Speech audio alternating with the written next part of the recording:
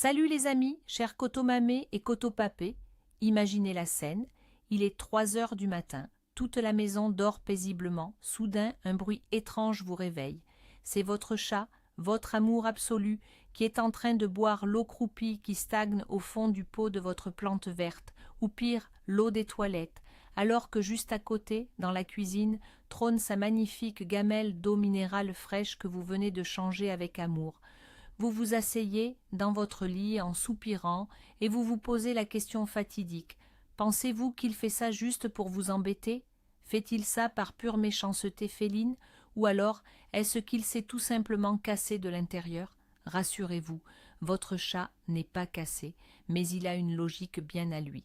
Aujourd'hui, je vous promets de percer le mystère de son rapport catastrophique avec l'eau.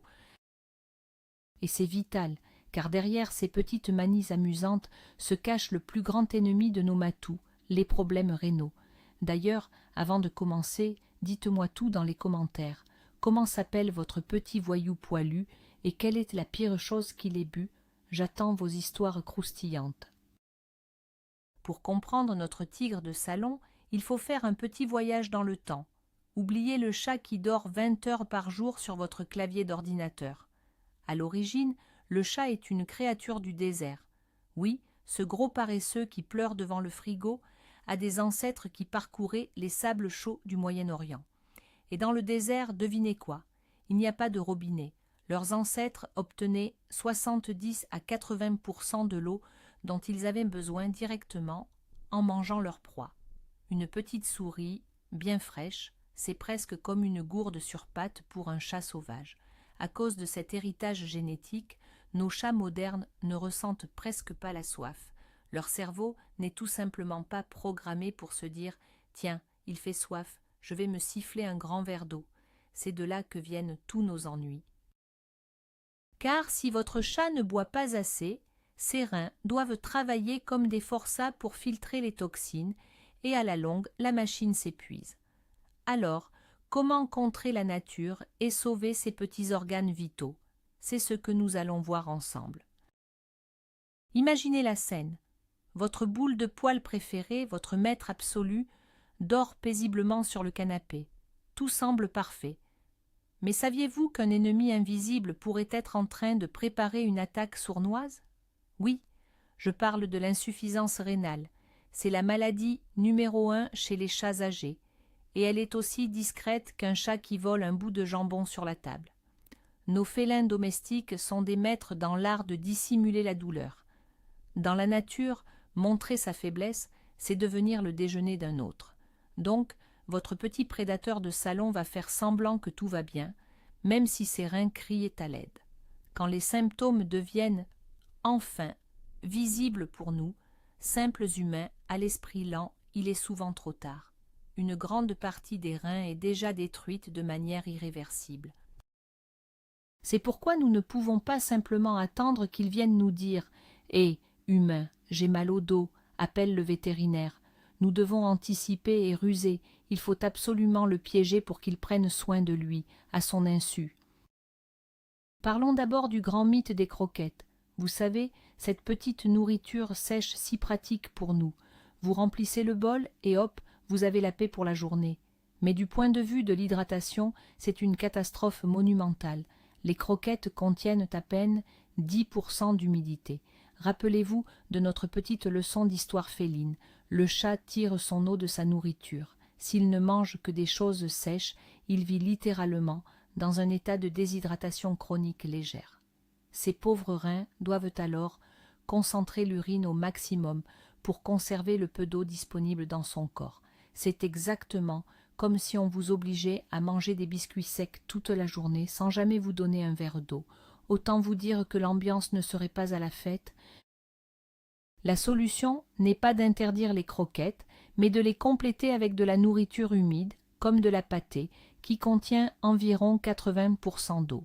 C'est le premier grand pas pour décharger le travail de ces petits reins fragiles. Avez-vous remarqué comment votre chat refuse parfois de boire dans sa belle gamelle d'eau, mais va se précipiter pour lécher l'eau qui coule de votre robinet? Ce n'est pas juste pour vous énerver, bien que cela soit un bonus pour lui. C'est de l'instinct pur. Dans la nature, l'eau stagnante est synonyme de danger. Une flaque d'eau qui ne bouge pas regorge souvent de bactéries et de parasites mortels. En revanche, l'eau vive d'une rivière est propre et sûre. Ainsi, quand votre chat voit l'eau immobile de son bol en plastique, son instinct de survie lui hurle « danger, poison toxique ». C'est pourquoi investir dans une fontaine à eau pour chat n'est pas un luxe absurde de propriétaire gâteux, mais une véritable nécessité médicale. Le bruit de l'eau qui coule l'attire, et le mouvement le rassure sur la qualité du breuvage. C'est l'astuce ultime pour multiplier par 2, voire par 3, la quantité d'eau que votre petit dictateur va daigner boire chaque jour, et en plus, le bruit de la petite cascade est très relaxant pour vous. Abordons maintenant un sujet sensible, la disposition de ses affaires. Où avez-vous mis sa gamelle d'eau? Laissez-moi deviner, juste à côté de sa gamelle de nourriture. C'est mignon, ça fait un petit coin repas bien rangé. Sauf que pour un chat, c'est une aberration absolue. Dans l'esprit d'un prédateur, la carcasse de sa proie risque de contaminer la source d'eau qui se trouve à proximité.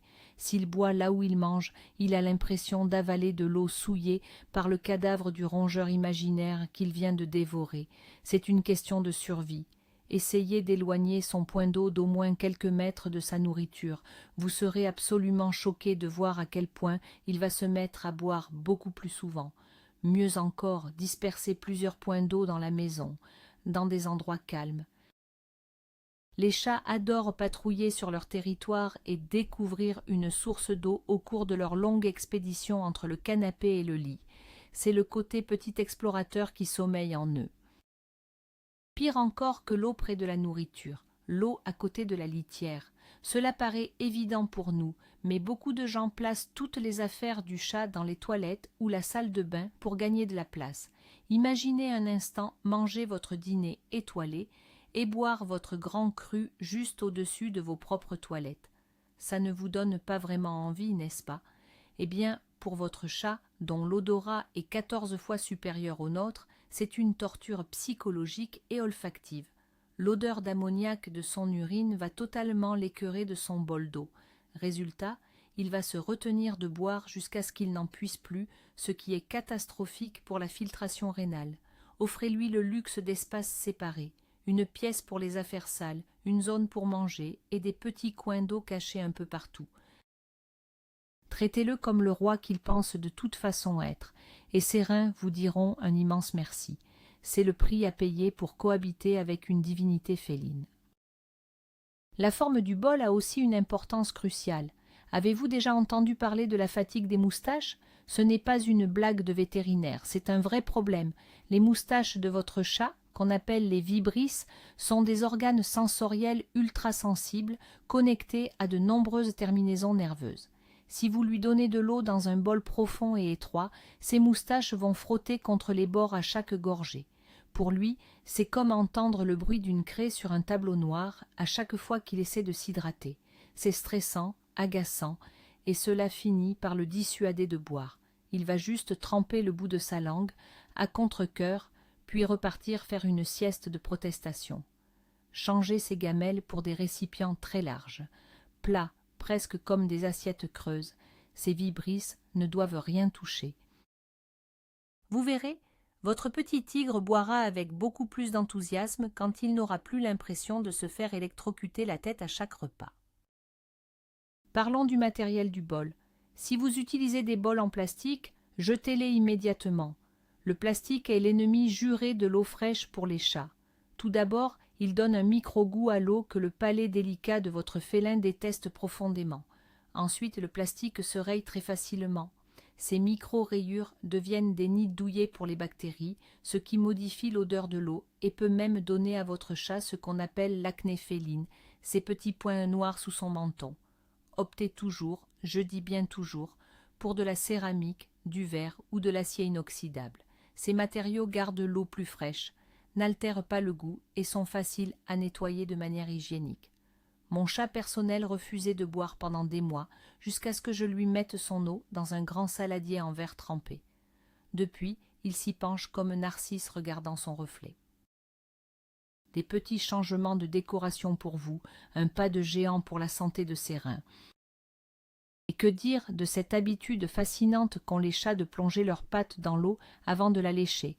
Beaucoup de propriétaires trouvent cela adorable et prennent des vidéos pour les réseaux sociaux. Mais en réalité, si votre chat fait cela, ce n'est pas pour faire le clown. C'est souvent parce qu'il n'arrive pas à évaluer la profondeur de l'eau dans son bol, surtout si la lumière de la pièce ne s'y reflète pas bien.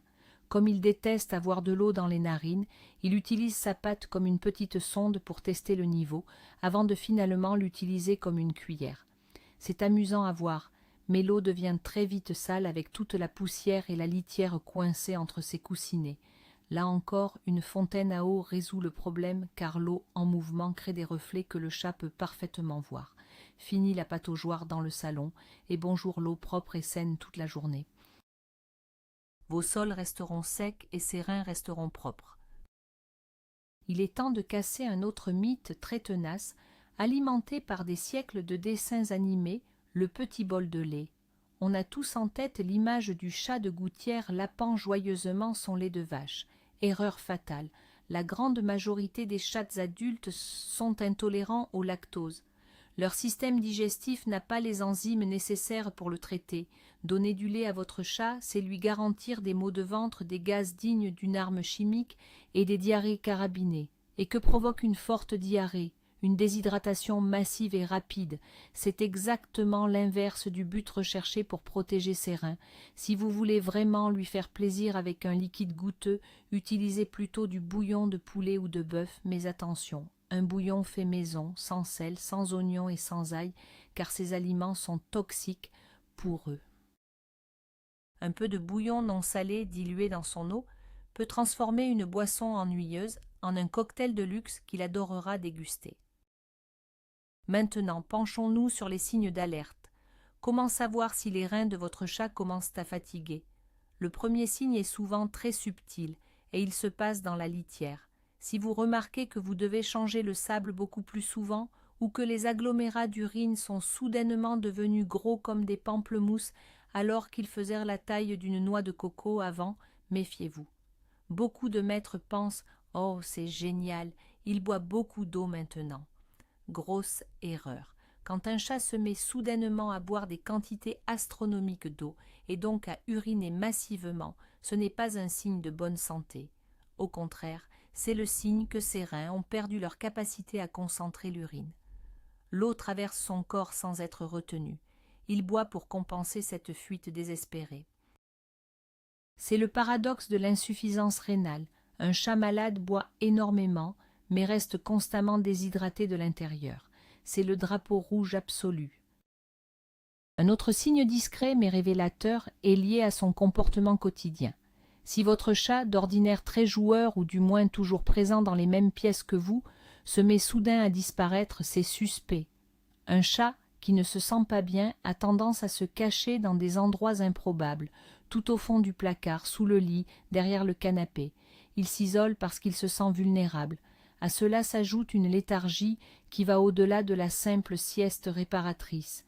Il a l'air éteint, son poil devient terne, sec, et il perd parfois l'envie de faire sa toilette. Quand un chat arrête de se laver, c'est que l'alarme rouge clignote dans tout son système corporel. Les reins n'éliminant plus correctement les toxines, celles-ci s'accumulent dans son sang, le rendant nauséeux et épuisé. Ne confondez pas un chat qui prend de l'âge et qui ralentit un peu le rythme avec un chat dont les reins lâchent peut-on. Soyez attentif à ses petites habitudes, elles parlent à sa place. Soyez également attentif à son haleine. On ne va pas se mentir, la laine de chat ne sent jamais la menthe fraîche ou les petits fruits des bois, mais il y a une énorme différence entre une odeur de croquette au poisson digéré et une odeur d'ammoniac ou d'urine. Si, quand il vient ronronner sur votre visage, vous avez l'impression qu'il a avalé le contenu de sa litière, foncez chez le vétérinaire. C'est ce qu'on appelle l'haleine urémique. Elle se produit quand l'urée, un déchet normalement filtré par les reins et expulsé dans l'urine, se retrouve piégé dans le sang et remonte jusqu'à sa bouche. C'est le signe d'une intoxication interne avancée. Souvent, cela s'accompagne d'ulcères microscopiques sur les gencives ou la langue, ce qui fait que votre chat va refuser de manger, non pas par caprice, mais parce que ça lui fait atrocement mal de mâcher. Quand la laine devient chimiquement piquante, le temps presse pour sauver les fonctions rénales restantes. Les vomissements sont aussi des indicateurs majeurs. Attention, un chat qui vomit de temps en temps une boule de poil ou de l'herbe à chat, c'est la routine de tout propriétaire de félin. On a tous déjà marché pieds nus sur un cadeau mou et tiède au milieu de la nuit, mais si votre chat commence à vomir son repas de façon régulière ou à vomir de la bile jaune, c'est que son estomac est irrité par les fameuses toxines que les reins ne purgent plus. Ces nausées chroniques coupent son appétit et il va commencer à perdre du poids de façon alarmante. On dit souvent qu'un chat atteint de problèmes rénaux fonde littéralement à vue d'œil. Si vous sentez sa colonne vertébrale et ses hanches beaucoup trop facilement en le caressant, n'attendez pas de voir s'il va reprendre du poil de la bête. La perte de poids inexpliquée, combinée au vomissement, forme le duo diabolique des troubles rénaux. Prenez cela très au sérieux. Le stress est un facteur souvent ignoré, mais absolument destructeur pour le système urinaire et rénal des chats. Nos félins sont de petites créatures extrêmement angoissées par nature. Un déménagement, un nouveau meuble, l'arrivée d'un bébé ou même un chat errant qui passe devant la fenêtre du jardin et c'est la crise de panique intérieure. Ce stress chronique peut déclencher ce qu'on appelle une cystite idiopathique, une inflammation de la vessie. Si la vessie est enflammée, le chat a mal en urinant, il se retient, des cristaux peuvent se former et bloquer l'urètre, l'urine remonte alors vers les reins, et bam, c'est l'insuffisance rénale aiguë. Pour protéger ses reins, vous devez protéger sa sérénité mentale. Utilisez des phéromones apaisantes en diffuseur, créez-lui des cachettes en hauteur où personne ne peut l'atteindre, et surtout, respectez sa routine. Un chat détendu dans sa tête, c'est un chat dont les reins fonctionnent dans la joie et la bonne humeur. Peut-on empêcher cette fatalité? Absolument, et l'alimentation joue le premier rôle dans ce drame. On l'a vu, la pâtée humide est le saint graal de l'hydratation, mais que faire s'il est accro à ses croquettes? Il faut faire une transition en douceur. Ne changez jamais son régime du jour au lendemain, vous allez déclencher une grève de la faim et des troubles digestifs. Mélangez d'abord une toute petite cuillère de nourriture humide avec ses croquettes, puis augmentez progressivement la dose sur plusieurs semaines. Vous pouvez aussi ajouter une cuillère d'eau tiède sur ses croquettes pour les ramollir et augmenter son apport en eau incognito. Certains parents de chats astucieux préparent des soupes pour chats, beaucoup d'eau avec juste un peu de jus de viande ou de pâté écrasé pour le goût. C'est bluffant d'efficacité. Transformez chaque repas en une opportunité de lui faire boire de l'eau en cachette. Vous devez devenir le ninja de l'hydratation. Avez-vous déjà pensé à l'importance de l'herbe à chat dans cette équation? L'herbe ne donne pas d'eau à votre chat, mais elle joue un rôle essentiel pour son système digestif et sa santé globale. En facilitant la digestion et en l'aidant à purger les boules de poils de son estomac, l'herbe à chat évite les blocages intestinaux. Pourquoi parler de l'intestin? Parce que le corps du chat est une machine interconnectée. S'il est constipé et stressé par des douleurs abdominales, il arrête de manger et de boire. S'il arrête de boire, les reins trinquent immédiatement. Avoir un beau pot d'herbe à chat bien verte dans le salon, c'est lui offrir une pharmacie naturelle. En plus, cela lui évitera d'aller mâchouiller vos plantes d'intérieur qui, pour beaucoup, sont hautement toxiques pour ses reins, comme les lys par exemple. Le lys est un poison mortel fulgurant pour le système rénal du chat. Rien qu'un peu de pollen sur son poil qu'il va lécher, et c'est l'urgence vitale. Abordons la question cruciale de la visite chez le vétérinaire. Beaucoup de propriétaires repoussent ce moment parce que la simple vue de la cage de transport transforme leur doux minou en un démon cracheur hurlant à la mort. C'est vrai, c'est traumatisant pour tout le monde, mais pour les reins, le temps est votre pire ennemi. À partir de l'âge de 7 ans, votre chat devrait passer un bilan sanguin annuel. Il existe un test magique, un vrai miracle de la médecine moderne qui s'appelle le test SDMA. Ce marqueur sanguin peut détecter la maladie rénale des mois, voire des années avant les tests traditionnels. Il tire la sonnette d'alarme alors que seulement 25% du rein est endommagé, contre 75% avec les anciennes méthodes. Découvrir le problème à ce stade précoce permet de mettre en place une alimentation médicalisée spéciale et de lui offrir des années de vie supplémentaires en pleine forme. C'est un petit stress annuel qui en vaut largement la peine. Parlons justement de cette fameuse alimentation médicalisée ou alimentation rénale. Si le vétérinaire diagnostique un début de fragilité rénale, il va vous prescrire ces croquettes et pâtés spéciales. Beaucoup de gens se plaignent que leur chat n'aime pas le goût, et c'est vrai, ces aliments sont formulés avec moins de protéines et moins de phosphore, ce qui les rend parfois moins appétissants pour nos petits gourmets. Mais ne cédez pas au chantage affectif. Si votre chat vous regarde avec des yeux tristes et refuse de manger, ne lui redonnez pas son ancienne nourriture classique en pensant bien faire. Son ancienne nourriture est devenue un poison pour lui. Réchauffez doucement la pâtée rénale au micro-ondes pendant quelques secondes, l'odeur chaude va stimuler son appétit. Ajoutez un filet d'eau tiède ou un peu d'huile de poisson approuvée par le vétérinaire. Il finira par s'y habituer.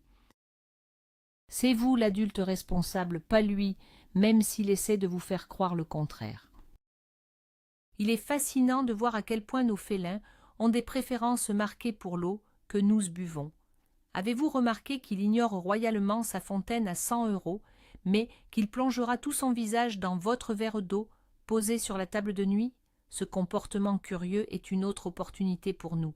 Pourquoi fait-il ça? Parce qu'il vous fait confiance. Si l'humain boit cette eau, c'est qu'elle n'est pas empoisonnée.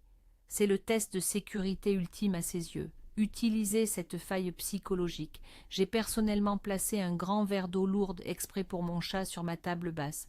Il pense que c'est le mien et il va le boire en cachette avec l'air satisfait de celui qui vient de réussir un cambriolage parfait. Tant qu'il s'hydrate et que ses reins sont rincés, qu'il vole de l'eau imaginaire est une victoire pour nous. N'hésitez pas à disséminer des tasses ou des verres d'eau, bien stables pour ne pas être renversés, dans des endroits insolites. En résumé, protéger les reins de son chat, c'est un jeu de stratégie psychologique où vous devez être plus rusé que lui.